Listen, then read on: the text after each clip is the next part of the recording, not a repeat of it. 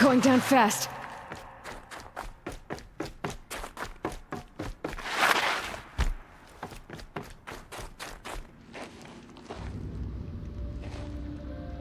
All of my interactions with Aurea were recorded and stored in my memory.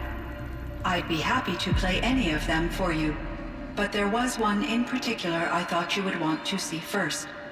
I captured it 4 years ago, just after I told her that I could no longer defend myself against the daemon's attacks. I will speak of this to my brother. Aratak is strong. At the Battle of the Frozen Ghosts, he took 3 Karja arrows and still came back to camp carrying a wounded scout. Never was I so happy to see him. Or so proud.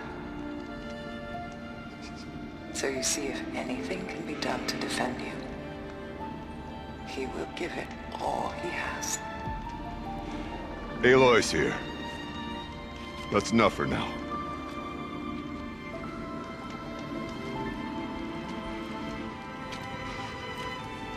We can resume any time you like, Aratak, if you want to hear her voice again. Come closer, Aloy. We have much to discuss.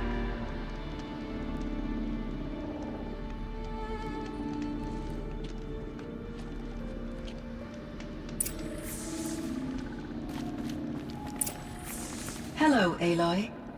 I have been reviewing the events at the Firebreak main facility. Because of your efforts, and of course, Aurea's, I am no longer controlled by Hephaestus. I feel profound grief over Aurea's death. I thought I was familiar with the emotion, but this is something new. Cyan, I don't know what to say. It is unlikely that any specific consolation would suffice, Aloy. But I find your presence reassuring. You are different from the Banuk. You have technological aptitude and a functioning focus. We can communicate on a much more comprehensive level. Perhaps even like colleagues.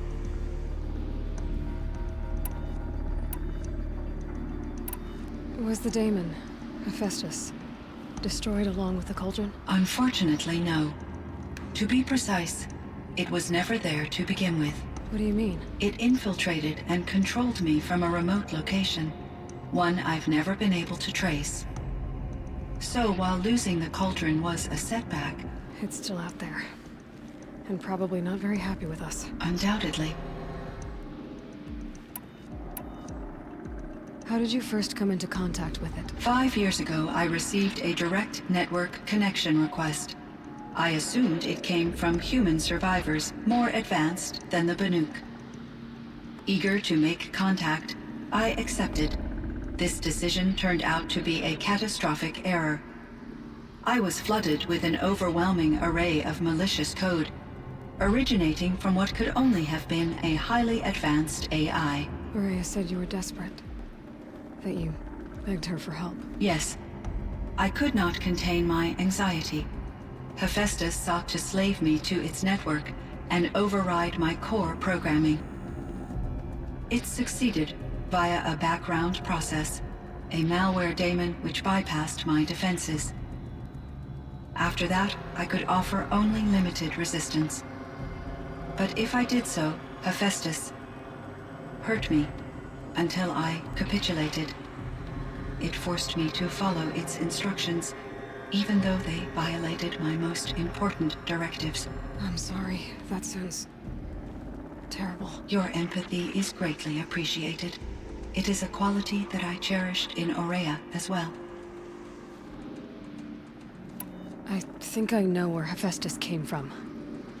Long ago, Elizabeth Sobek identified a threat that would destroy life on Earth for generations. So she assembled a team to build a kind of seed. A chance for life to regrow later. A terraforming system. And it worked. It was controlled by an AI named Gaia, along with her subordinate functions. Hephaestus was one of them. built machines for her. Based on what you've told me, I believe that Dr. Anita Sandoval, my chief programmer, joined Elizabeth Sobek's team. It was she who arranged to have me put in suspension, most likely to preserve me from the threat you described. I'm glad she did. But that's not all. Something unexpected happened. 19 years ago, Gaia received some kind of signal. It did something to her subordinate functions, brought them to life. She destroyed herself to try to contain them, but it didn't work. They all got free, out into the world. Thank you, Aloy. This information fills vital gaps in my knowledge and sheds light on Hephaestus's core programming. Why does Hephaestus keep building such dangerous machines? The Banuk and other human tribes often destroy machines, correct? Machines that are clearly servitors of the terraforming system that you described. Yes, we all hunt machines for parts. This must be the source of Hephaestus's aggression. It is simply trying to discourage people from preying on the very system that keeps them alive. Well, Fireclaws are discouraging, that's for sure. But what are we supposed to do? Stop hunting? If the terraforming system spans the world, we can safely assume that thousands, if not millions of people hunt machines. If a single hunter, or even an entire tribe, stopped doing so, I doubt it would make a difference to Hephaestus. A better solution would be to reinstate the AI that governs the system, thus bringing Hephaestus back under its control. When I think of it, out there in some unknown location, free, hungry, willing to kill or dominate to get what it wants, I feel substantial anxiety, Aloy. You and me both, Cyan.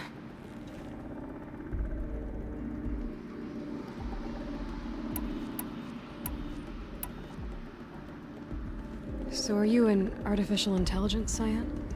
A thinking machine? Yes, I am an algorithmic monitoring entity, capable of rational decision-making and limited emotional response.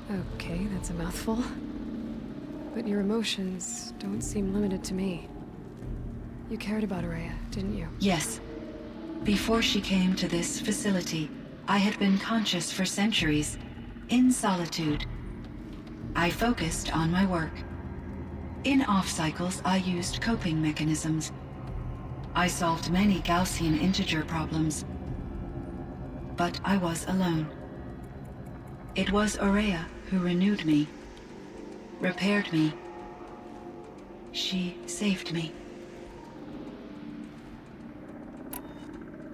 This Firebreak project, it was to stop a huge volcanic eruption? Yes. I can report the project was a success, and the risk was countered. But it's been a long time, Cyan. And we blew up the cauldron. It took most of the old facility with it. I have been active for centuries, Aloy. I was lonely, but not lax in my duties.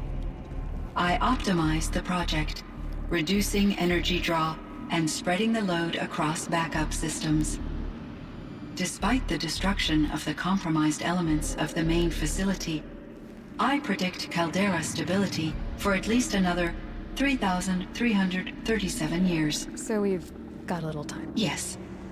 If only my former colleagues could appreciate the progress I have made.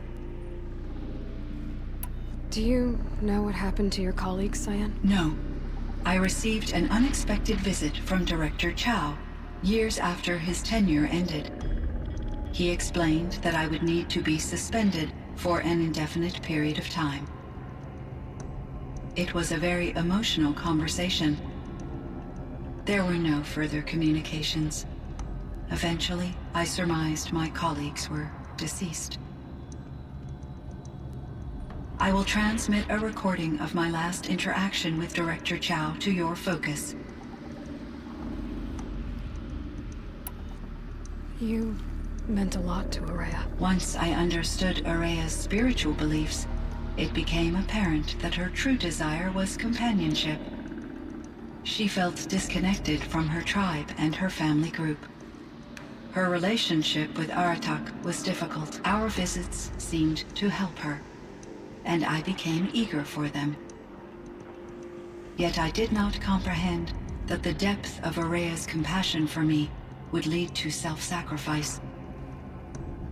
Although I do fear non-existence, I wish our roles could be reversed. I'm sure she knew you would do the same for her, Cyan.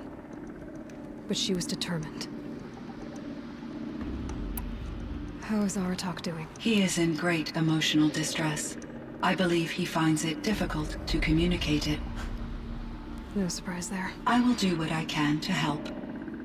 By sharing our experiences of Araya, perhaps he and I will help each other. I believe this will lead to catharsis, a process I am eager to experience.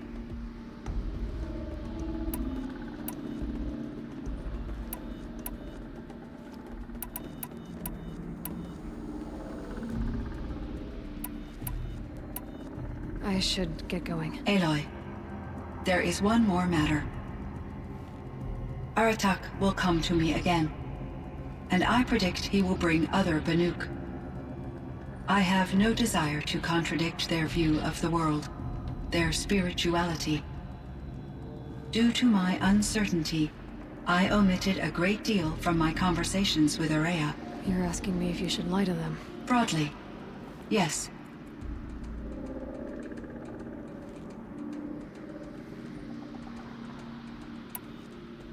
Life is hard for the Banuk. Their world is unforgiving in their beliefs. I guess they help to keep them going. So take it easy on them. Try to guide them, bring them around to understanding what you are. Communion with machines features heavily in the mysticism of the Banuk. I think they will be agreeable to this approach. As long as they don't end up worshipping you. Upon consideration, I believe such an experience would be intensely uncomfortable. You're right about that. Trust me. I see. I will follow your advice. Will you return and tell me about your experiences in this new world? I may be able to provide further insight. I'd like that, Cyan. I'll come back when I can. I should check on Aratak. See how he's doing.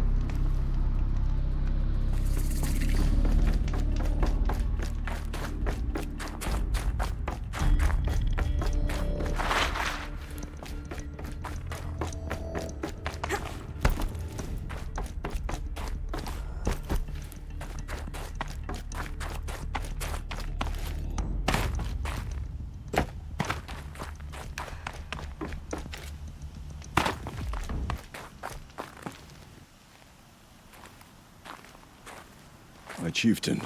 Just Aloy. As you wish. I wondered if you thought that if I'd never come along, Araya might still... If you'd never come along, I would have marched my kin to our deaths.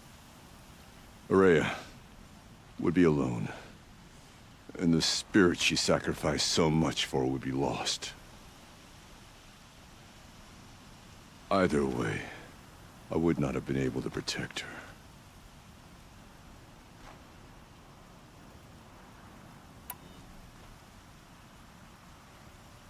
You didn't let her down. You helped her do what she wanted. To find her destiny. If that's destiny, I wouldn't wish it on anyone. That's fair. But she was ready to face it. Only in the struggle against death do we find, even for a moment, the spark of life. Truly, Araya found the spark. I'm proud of her. Though I grieve for her passing, at last I truly know who she was, and why the spirit was so important. For so long she told me, if only you could have heard it, brother. Now I understand. There's something else, isn't there? I can't stay here, Aratak. And where I'm going, the Warak can't follow. Besides, it already had a chieftain before me. A strong one, I think. A wiser one, for the path we shared. The daemon is gone, but there's much to be done. You mean the new units that Cyan said escaped the cauldron? Yes, fire claws. Now Took has been tracking them from Song's Edge. I could help with those. I have no doubt. You're practically Banuk.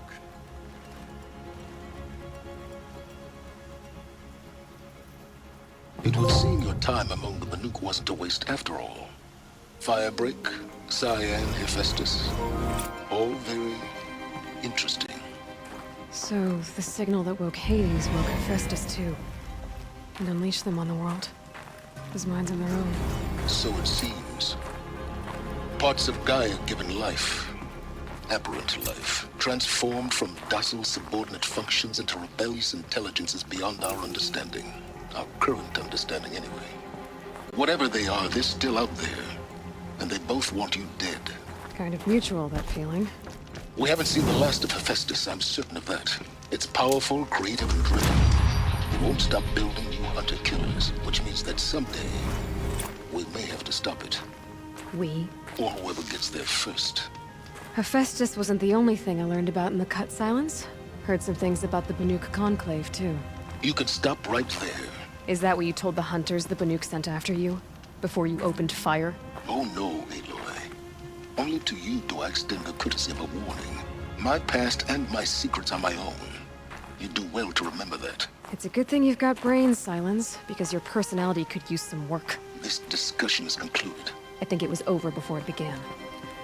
Catch up with you down the trail.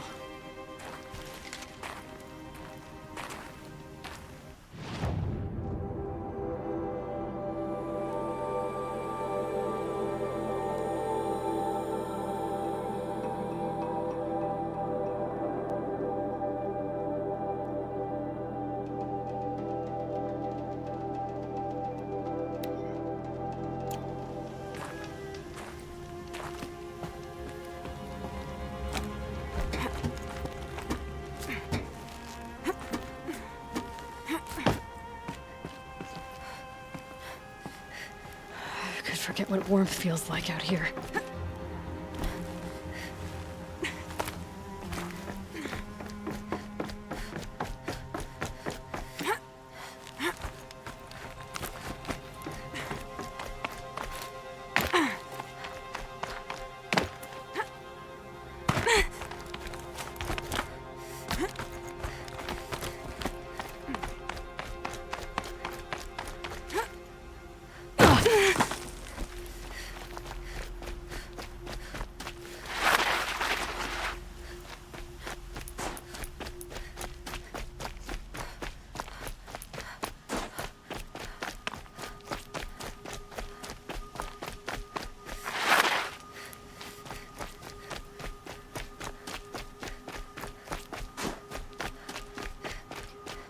Easier when I was a kid.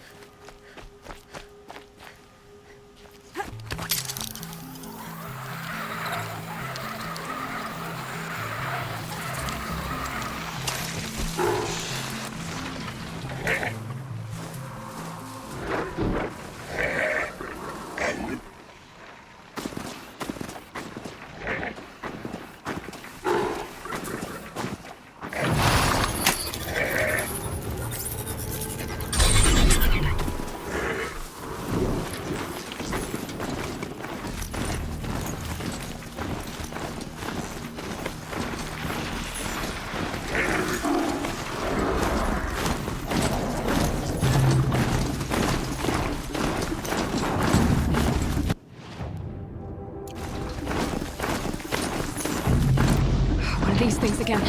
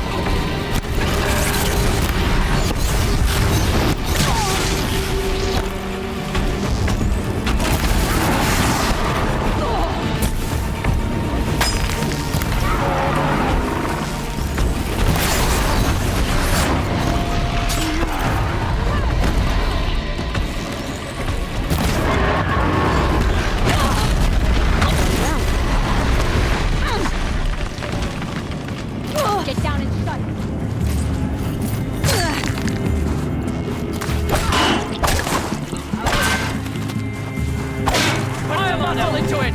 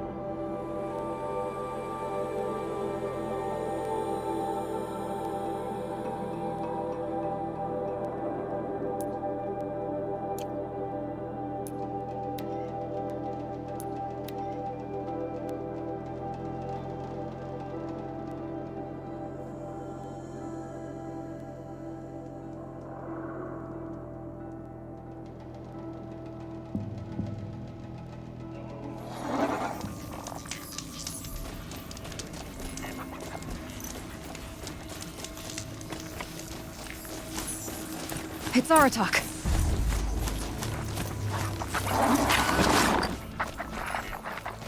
Dear fire claws.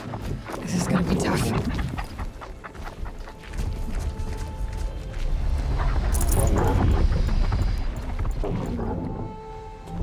I can help with those. We have to stop meeting like this. We will. When these are driven from our land.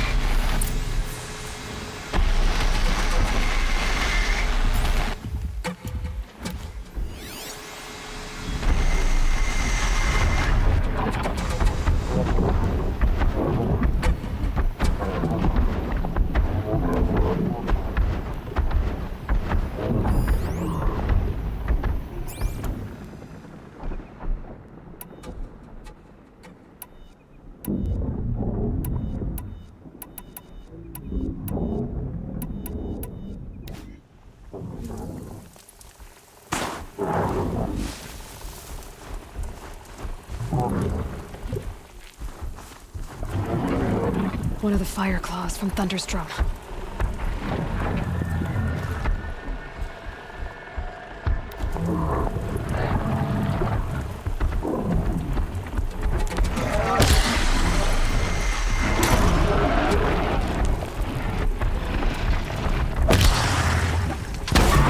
Which gets past them.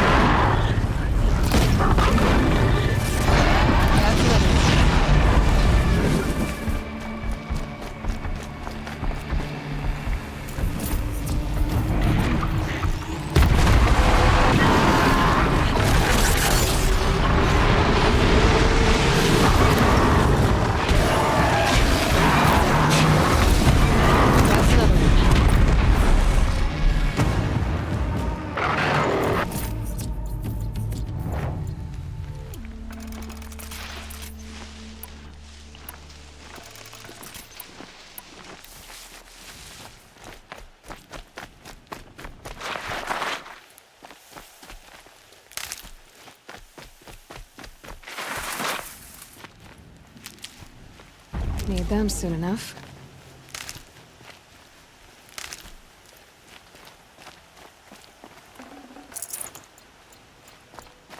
Thanks. 2 of us, 2 of them. More of a fair fight. Their numbers are much depleted, thanks to you. We shall end this threat and keep Cyan safe. She speaks as the shamans do, only clearer. There's an echo of my sister in her. Take care of each other, Artok. Farewell.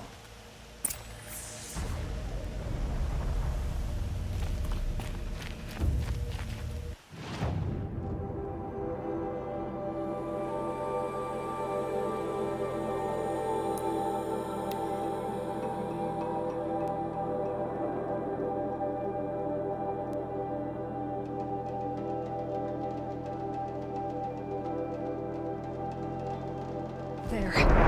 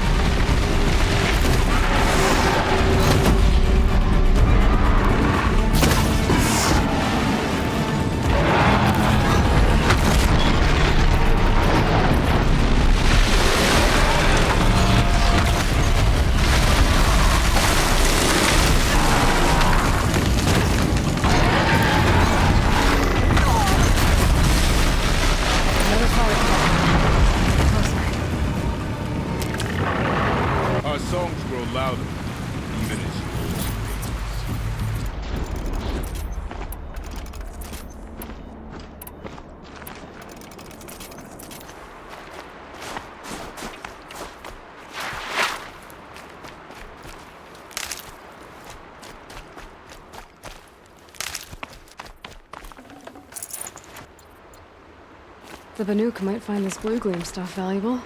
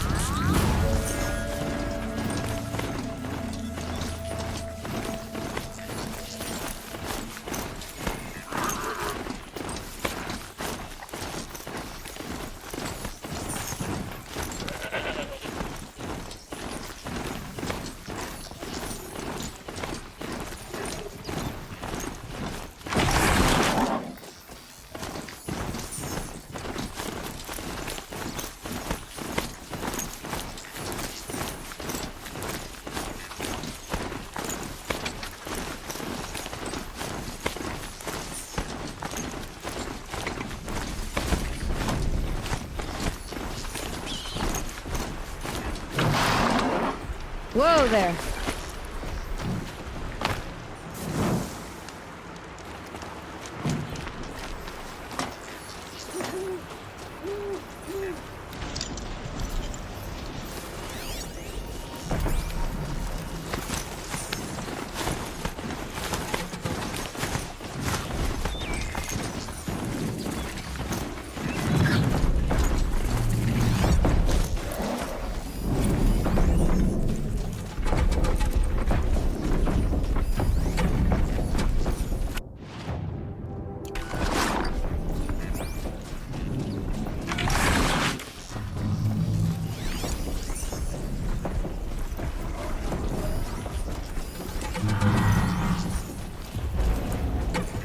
Fireclaw.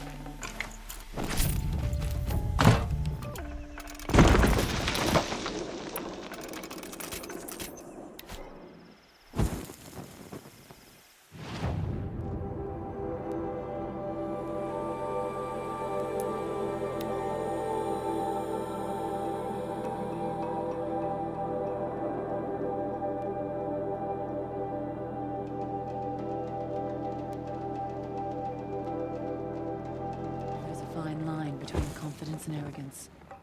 You can't be a one-hunter Warwick. I'll give this to the Osram.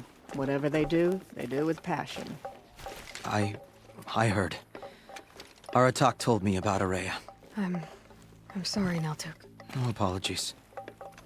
Aratak said that in the end, she was filled with the blue light.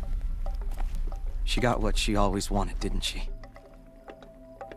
Each time I doubt my way forward, I think I should seek her guidance. And then I remember. The only guidance I'll receive is my own. Which will have to be good enough. There's much to do. The Fire Claws. Aratak asked me to help hunt them down. It's a dire task, but it occupies my attention, so I suppose I'm grateful for it. My scouts have tracked them across the cut. I'd like to think you're right, Naltuk. About Araya getting what she wanted. I'm sure she did. All her victories. Surviving the Karja, communing with the spirit, defeating the daemon. Every goal she ever set for herself, she accomplished. And in the end, she was rewarded with the blue light itself. The songs say that our bodies are poor vessels for the light. Our hearts are too dark. But at least for a moment, before she passed, I hope she felt what it was like to be part of it.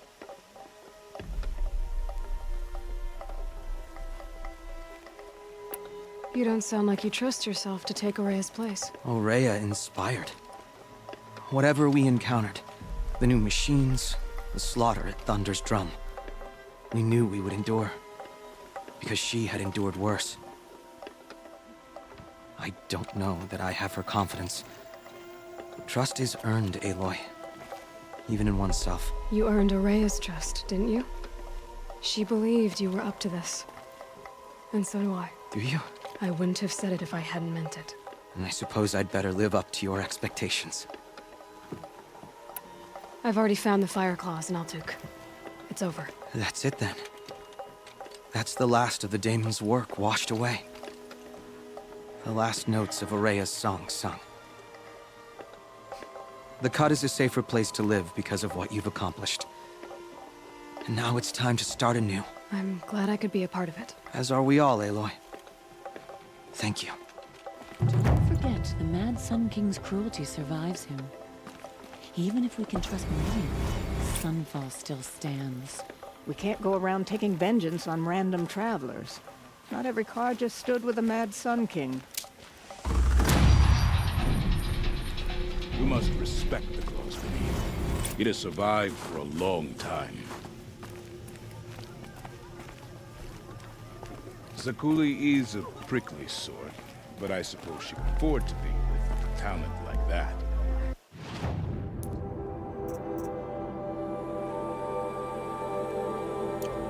If hunters are seeing a rockbreaker on the north of the cut, odds are it's the claws beneath. I became complacent. Allowed other runners to surpass me. You never stopped proving yourself. How could I forget that?